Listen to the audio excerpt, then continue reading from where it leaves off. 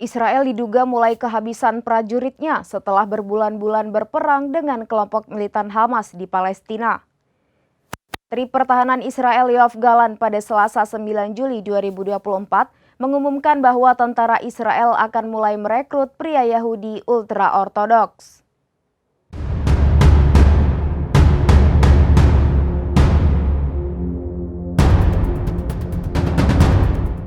Israel diduga mulai kehabisan prajuritnya setelah berbulan-bulan berperang dengan kelompok militan Hamas di Palestina.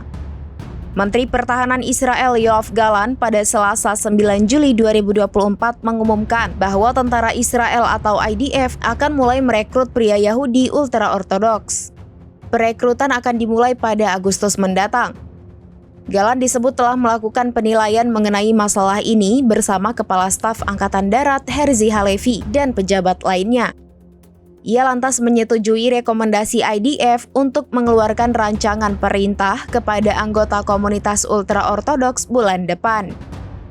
Dikatakan Gallant, merekrut warga Israel ultra-ortodoks adalah kebutuhan operasional dan masalah sosial yang kompleks. Di sisi lain, aturan wajib militer ini ditentang mati-matian kaum Yahudi ultra-ortodoks. Mereka memilih mati daripada wajib militer. Pasalnya, mereka khawatir wajib militer akan merusak identitas ortodoks mereka. Menjadi tentara IDF dianggap tidak memberikan manfaat apapun untuk pertahanan Israel. Pada Minggu 7 Juli lalu, ribuan penganut Yahudi ultra-ortodoks melakukan aksi protes di Yerusalem. Mereka menentang putusan pengadilan tinggi yang mewajibkan pemuda Haredi menjadi tentara Israel. Unjuk rasa anti-wajib militer terbesar dalam satu dekade ini menyatukan beberapa faksi Haredi. Bahkan mereka membawa spanduk yang bernada anti-Zionis.